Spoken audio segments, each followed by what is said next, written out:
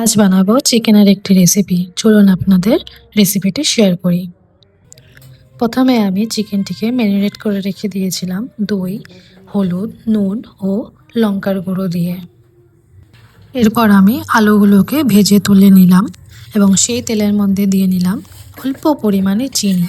তাতে তরকারির রঙটি খুবই সুন্দর হয়। চিনি গলে গেলে এর মধ্যে আমি দিয়ে নিলাম এলাচ, দারচিনি, লবঙ্গ ও তেজপাতা ও অল্প পরিমাণে জিরে। মশলা থেকে হালকা মিষ্টি গন্ধ ছেড়ে দিলে এর মধ্যে আমি পেঁয়াজগুলো দিয়ে কিছুক্ষণ নেড়ে চেড়ে লাল করে ভেজে নিলাম। পেঁয়াজগুলো হালকা ব্রাউন কালার হয়ে গেলে এর মধ্যে আমি দিয়ে নিলাম আদা রসুনের পেস্ট।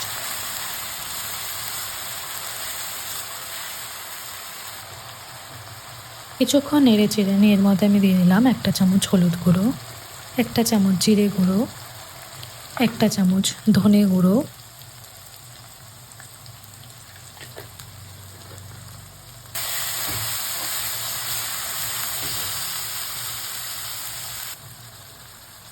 আর 1 চামচ গোলমরিচের গুঁড়ো, 1 চামচ কাশ্মীরি লঙ্কার গুঁড়ো ও পরিমাণ মতো নুন।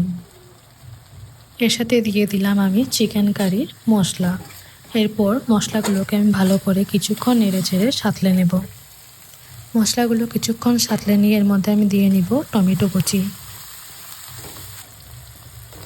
মশলা থেকে তেল ছেড়ে দিলে এবার আমি ম্যারিনেট করে রাখা মাংসগুলোকে ঢেলে দেব।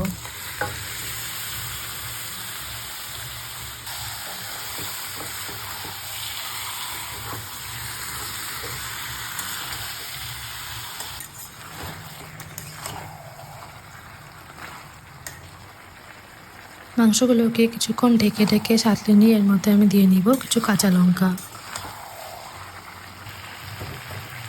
এরপর আমি ভেজে রাখা আলুগুলোকে ঢেলে দিলাম।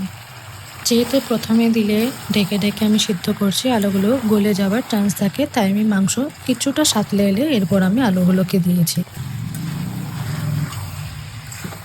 দেখুন মাংস বেশ ভালোভাবে সাঁতলে এসেছে। এরপর যে গামলাতে মাংস ম্যারিনেট করে রাখা ছিল সেখানে আমি গরম জল দিয়ে সেই মশলা ধুয়ে জলটি আমি কড়াইয়ে ঢেলে দিলাম।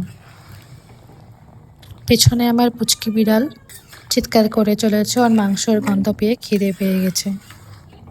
দেখুন আমাদের মাংস তৈরি হয়ে গেছে। কেমন হয়েছে অবশ্যই কমেন্ট করে জানাবেন এবং প্লিজ চ্যানেলটিকে সাবস্ক্রাইব করে পাশে থাকবেন এবং অতি অবশ্যই পাশে থাকা বেল আইকনটি প্রেস করে রাখবেন যেন আমাদের প্রত্যেকটি ভিডিও আপনাদের কাছে পৌঁছে যায়।